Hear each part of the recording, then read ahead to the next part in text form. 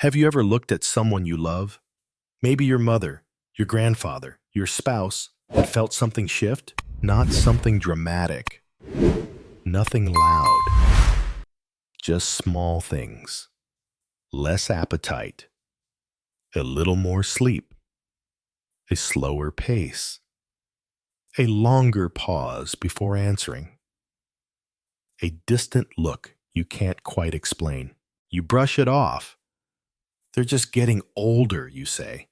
But somewhere deep down, something tells you this might be more than that, and you're right to notice. The truth is, when a person enters the final year of life, the body doesn't always shout. More often, it whispers. It sends gentle signals, quiet warnings that something deeper is changing.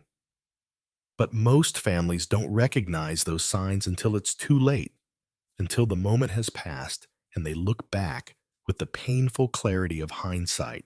Today, I want to help you see those signs before it's too late, to recognize the body's quiet language, to prepare, not out of fear, but out of love.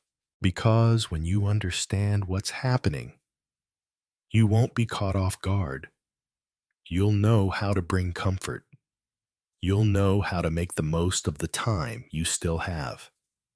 You'll be able to honor your loved one with peace, dignity, and presence. Before we begin, if this kind of gentle, heartfelt guidance speaks to you, please take a moment to subscribe to our channel, Senior Health Compass. We share insights, support, and real-life stories to help older adults and their families face life's most important transitions with grace. And if you find this video meaningful, give it a like and share it with someone who may need to hear it. Now let's talk about the first quiet sign that someone may be in their final year of life. 1. Significant weight loss. It doesn't happen all at once. Maybe it starts with a looser waistband, a belt that suddenly needs a new notch, clothes that used to fit just right, now looking baggy and oversized. They say they're not hungry. They skip breakfast. They only eat a few bites of lunch. Dinner becomes smaller, less frequent. Some days, they forget to eat at all. At first, you might not think much of it. We all eat less as we age, you tell yourself. But there's a difference between eating less and losing weight without trying. Unintentional weight loss is one of the earliest and most telling signs that the body is beginning a deeper decline. You see, as the body approaches the final stage of life, it starts to change how it uses energy. It begins to absorb fewer nutrients. It becomes less efficient at digesting food. And most importantly, it starts to lose muscle mass, quietly, steadily, invisibly at first. This isn't just about appearance. Losing muscle means losing strength. Losing strength means greater risk of falling, more difficulty standing or walking, and less resilience when illness strikes. The immune system weakens. The body becomes more fragile. And slowly, everyday tasks that used to be easy, getting out of bed, taking a shower, going for a short walk, start to feel like mountains. But what causes the weight loss? Sometimes it's physical. The digestive system is slowing. The body's ability to process protein or absorb key nutrients is fading. Medical conditions like cancer, heart failure, or kidney disease may be quietly developing even before they show more visible symptoms. Sometimes it's emotional. Depression, loneliness, grief, or even early memory loss can all cause a loved one to lose interest in food. They no longer enjoy the meals they once loved. Their sense of taste or smell fades. The joy of food disappears. Other times, it's something deeper, something we don't like to admit. The body knows. It knows when it's preparing for something final. It stops sending signals to seek out nourishment. It stops asking for more fuel. That's why, in the final year of life, many elderly people naturally begin to eat less, not by choice, but by design. The body is shifting into a state of preservation, of slowing, of letting go. What makes this even harder is how families respond. We worry. We want to fix it. We bring them their favorite foods. We beg them to eat just a few more bites. We try protein shakes, snacks, soups, anything that might keep the weight from falling. And sometimes it helps for a little while. But often, despite our best efforts, the pounds keep dropping. That's when we need to pause and reflect. Because sometimes, this isn't just about food. It's the body saying, I'm tired, I'm letting go. So what can we do? The answer isn't to force meals. It isn't to fight nature. It's to shift our focus. Instead of asking, how can I get them to eat more? We begin to ask, how can I make them comfortable? Is there something soft, familiar, soothing I can offer? Can we sit together while they eat so they feel less alone? Can we share a memory instead of a meal? Comfort, hydration, love. These become more important than calories or protein grams. If you've noticed someone you love losing weight without trying, becoming frailer, eating less, it's time to listen closely. This may be their body's quiet way of preparing for what's ahead. And if you understand that now, you can respond not with panic, but with grace. Not with pressure, but with presence. You can walk this journey beside them with open eyes and a full heart. In the next section, we'll talk about another subtle but powerful sign. Deep, lasting fatigue that doesn't go away with rest. Because when the body is preparing for its final chapter, even getting out of bed can feel like a mountain. And knowing how to support that change can make all the difference. There's a kind of tiredness that goes beyond what a nap can fix. It's not the sleepiness we feel after a busy day, not the fatigue that fades after a good night's rest. It's a deep, lasting exhaustion, one that settles in the bones, the muscles, even the heart. If someone you love has started sleeping more than usual or needing rest after the simplest task, if they've gone from independent and active to quiet and withdrawn, that could be more than just age.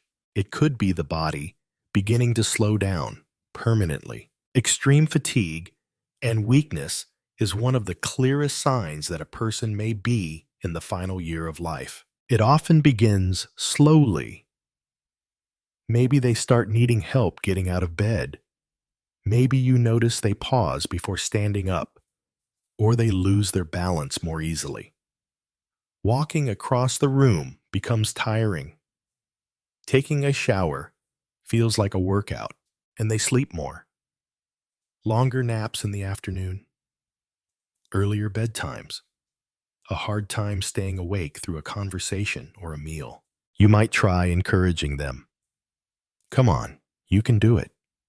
Let's go for a walk. It'll help you feel better.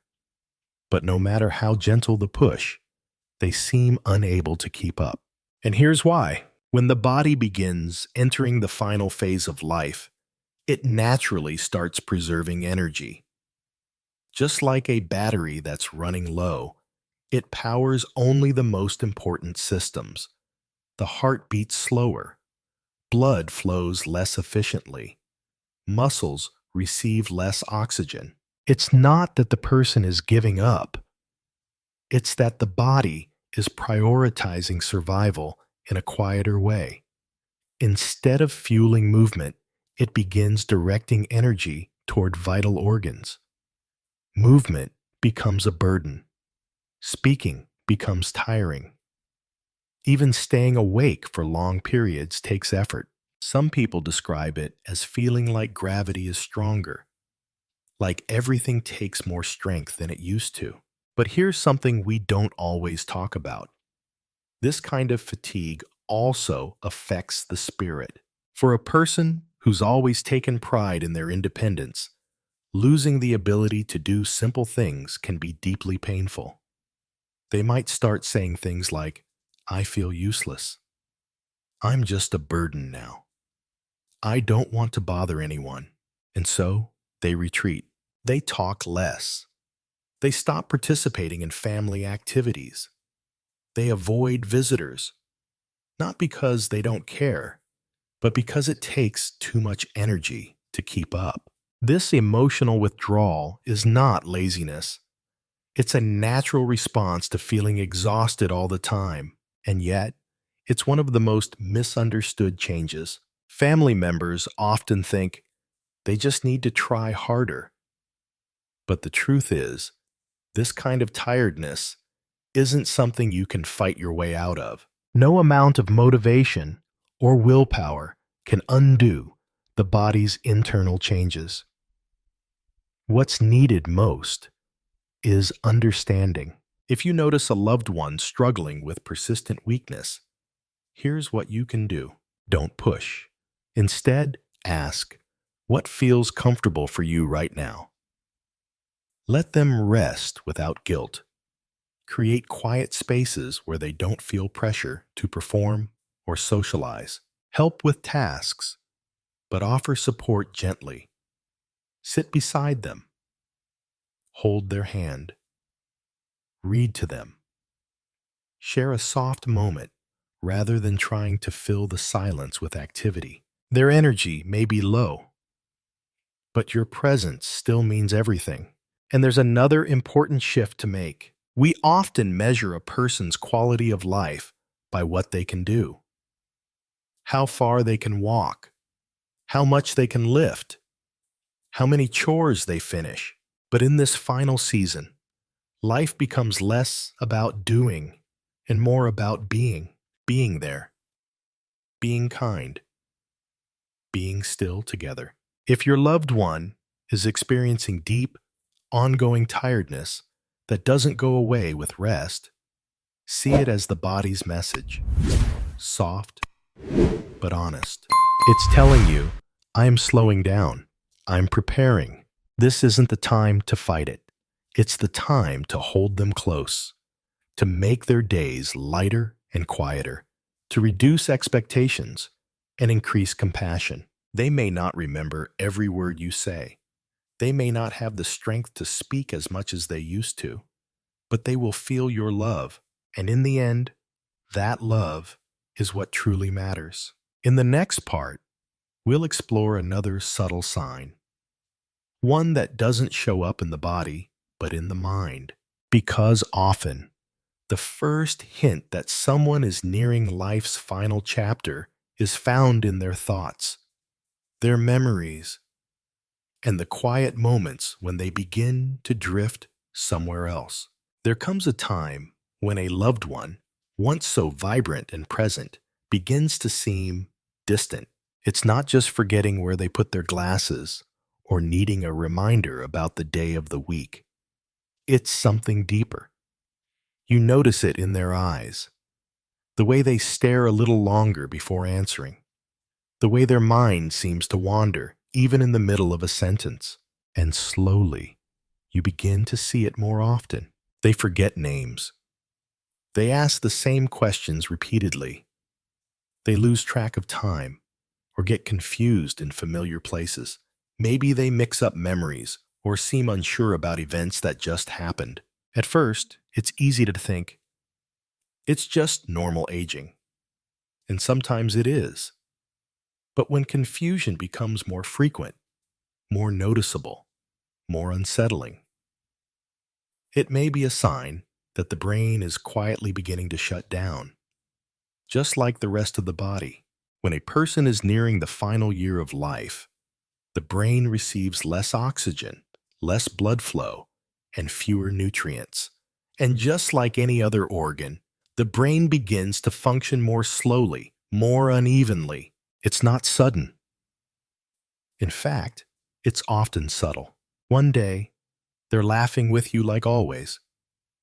The next, they're staring off into space, seemingly lost in thought. Or perhaps they seem irritated for no reason, more withdrawn, less interested in conversations, as if the world around them is getting harder to follow. And so, they begin to retreat from it. This withdrawal is one of the most misunderstood signs of decline because it doesn't always look sad. It might look like stillness, quietness, sitting alone in a chair for long periods, saying very little. But inside, they may be struggling to stay connected to what's happening, struggling to keep their mind focused long enough to hold a conversation, struggling to process emotions that feel too big for words. It's not that they don't care. It's not that they've stopped loving you. It's that their brain no longer has the strength to express things the way it once did. Even those who never had memory problems before may start showing signs of what doctors call cognitive decline. They may have brief moments of clarity, followed by hours of confusion. They may say things that don't quite make sense. They may start to forget who certain people are, or remember them, but only as they were decades ago. And then there's the emotional shift. You may notice your loved one pulling away from things they used to enjoy. A favorite TV show no longer holds their attention. A beloved hobby is now left untouched. Phone calls go unanswered. Visitors are turned away, not because they don't care, but because even small interactions can feel overwhelming. Sometimes they're aware of this, and that awareness brings sadness or even shame. They may say, "I'm not myself anymore," or "I can't keep up." And hearing those words can be heartbreaking. But just as often, they don't say anything at all. They just quietly retreat, letting go of the world little by little. As a family member, this is one of the hardest transitions to witness. You want to bring them back. You want to remind them who they are. You want to tell them stories, get them talking, light that spark again.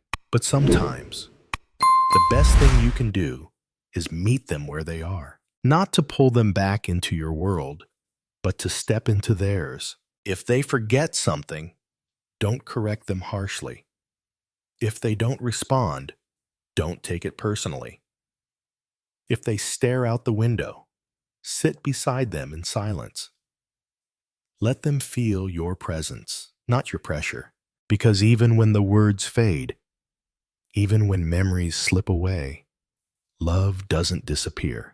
They may not remember every name, but they will remember how you made them feel. They may forget what day it is, but they will feel the warmth of your voice, the kindness in your eyes, the safety of your touch. If someone you love is becoming more confused, more withdrawn, or more emotionally distant, see it not as them leaving you, but as a part of the body's quiet preparation. This is the time to offer patience, not correction. Comfort, not confrontation. Gentleness, not expectation. Create calm, create familiarity, create space for them to just be. And when they look at you, even if they don't say your name, they'll still feel something they can't explain. They'll feel loved. In the next part, we'll talk about another common but often overlooked sign: recurring infections and slow healing. Because when the body's defenses start to weaken, it tells a story that's easy to miss, but important to understand. There's something many people don't realize until it's too late. As a person enters the final stages of life, the body doesn't just slow down. It starts to let go of certain defenses. And one of the clearest signs of this quiet surrender is the way the body responds to illness. or rather, how it stops responding. You may notice it first with something simple, a small cough that lingers longer than usual, a urinary tract infection that comes back again and again, a scratch on the skin that takes weeks to heal instead of days, a bruise that seems darker, deeper, and slower to fade. At first, these things may not raise any alarms. After all, getting sick happens. Cuts and colds are part of life. But when they start happening more often, when they take longer to heal, when one infection clears and another takes its place, that's when it's time to pay closer attention. Because what you're seeing may not be just getting older. It may be your loved one's immune system quietly shutting down. You see, the immune system is our body's defense force. It fights off viruses, heals wounds, protects us from things we don't even know we're exposed to. But as the body prepares for its final chapter, that force grows weaker. White blood cells, the ones that once rushed to protect, slow down. Circulation becomes sluggish. Tissues stop regenerating as quickly. And the result? Minor infections become major obstacles. Small injuries take longer to close. The body struggles to bounce back from illnesses it once handled with ease. What makes this so tricky is that the signs often look like isolated issues. One day, it's a sore that won't heal. Next week, it's a low-grade fever that comes and goes. Then a persistent cough. Then another UTI. Each one might seem like a separate problem, but together, they form a pattern. One that tells a deeper story. A story of a body that's losing its ability to recover. Even medications, which used to work quickly, may seem less effective. Antibiotics may take longer to show results, or not work at all. Doctors might prescribe stronger doses or more frequent treatments just to keep symptoms under control. And sometimes, there's no fever, no swelling, no obvious clue. Instead, the first sign of infection might be something subtle, like confusion, fatigue, a sudden loss of appetite. In elderly individuals, especially those nearing the end of life, infections don't always show up the way we expect. That's why it's so important to trust your instincts. If your loved one seems off, if their energy dips suddenly, if they're more disoriented than usual, it could be more than just a bad day. It could be the body reacting to something it no longer has the strength to fight. And then there are wounds. Have you noticed a cut that isn't healing? A sore spot on their skin that seems to get worse, not better? Redness, swelling, or bruising that doesn't fade. These are signs of poor circulation.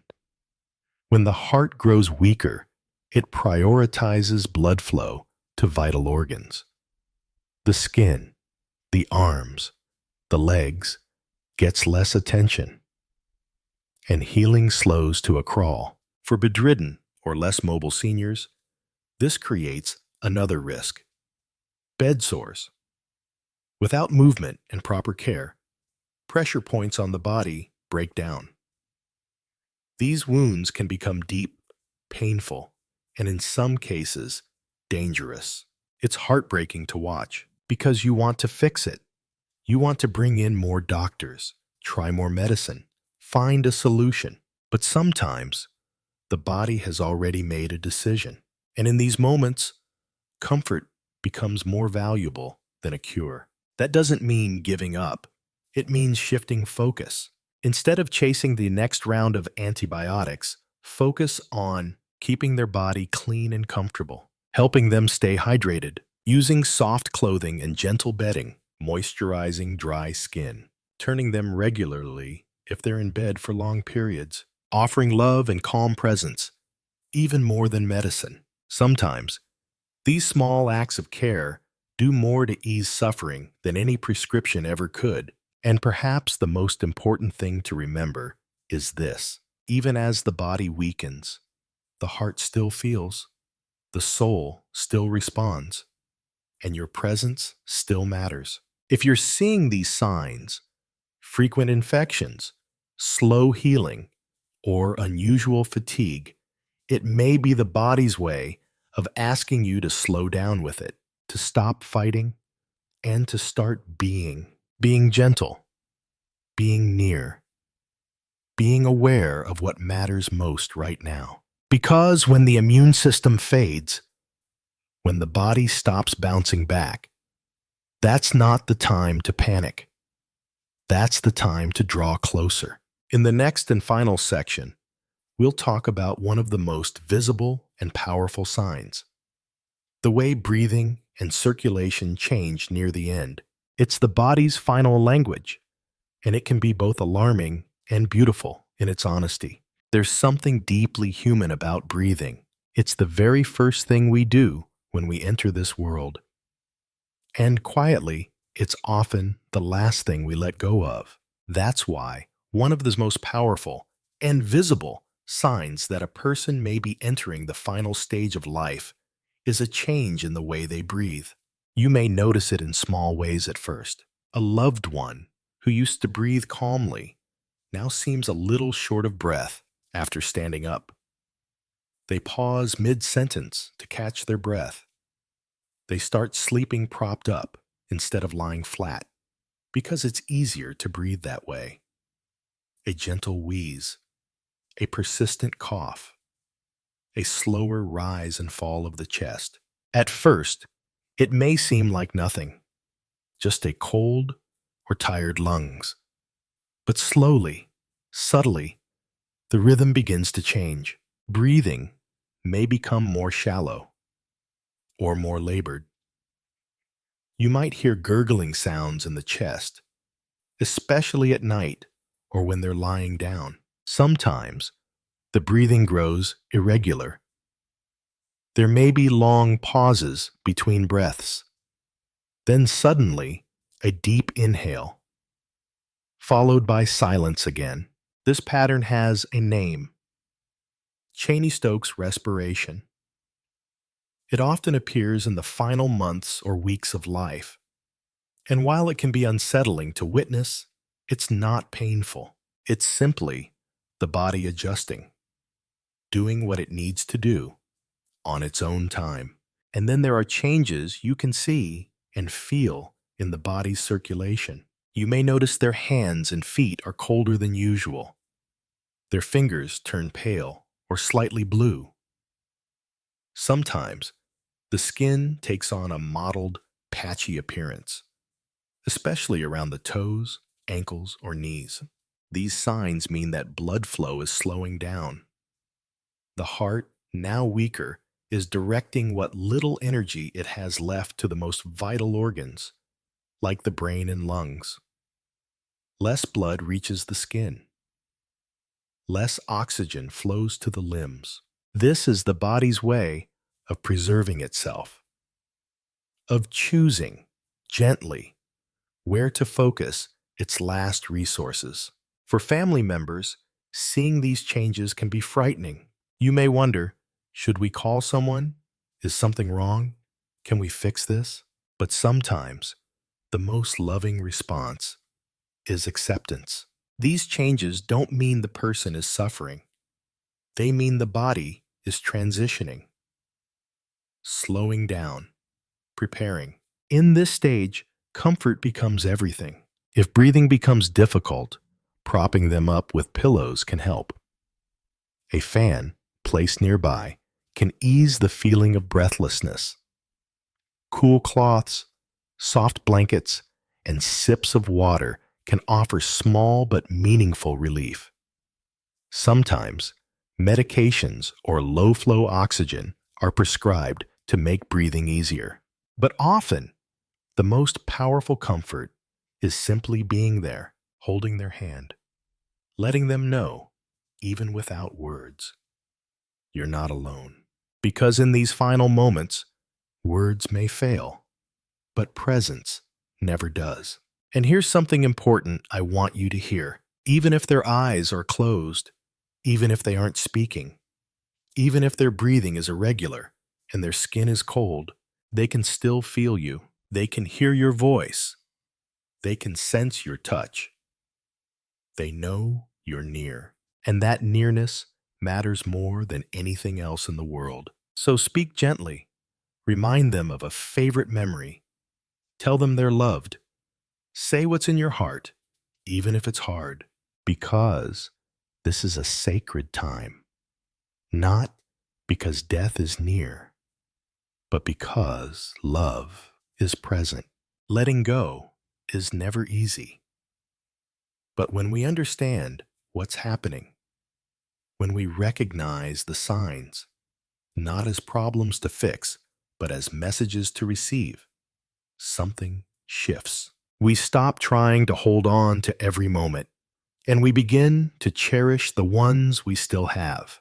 We stop seeing decline as failure, and we begin to see it as a final act of surrender, full of grace. Let's take a breath together now as we reflect. You've learned 5 quiet, powerful signs that may appear in the final year of life. Significant weight loss, extreme fatigue and weakness, increased confusion or withdrawal, frequent infections and slow healing, major changes in breathing or circulation. Each of these signs may seem small on their own, but together they form a picture, a soft warning, a quiet message. When you notice them early, you can prepare not just medically, but emotionally. You can bring comfort instead of fear, presence instead of pressure, love instead of helplessness. This isn't about giving up. It's about showing up in the most meaningful way, being there, listening, holding space, letting go when it's time, and holding on to what truly matters. If you're still watching this video, I want you to know you are not alone. Whatever you're going through, whatever you're feeling, it's valid, it's human, and you're doing your best. Please take a moment to leave a comment below. Let us know what resonated with you.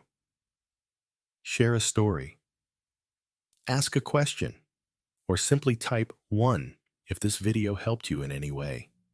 And if you haven't already, please subscribe to our channel, Senior Health Compass, and click the bell icon so you never miss a video that might give you the comfort or clarity you need. We're here with you every step of the way. Thank you for your time, your heart, and your presence today. May you and your loved ones find peace, tenderness, and strength in every moment you share. We'll see you in the next video. Until then, take care and be well.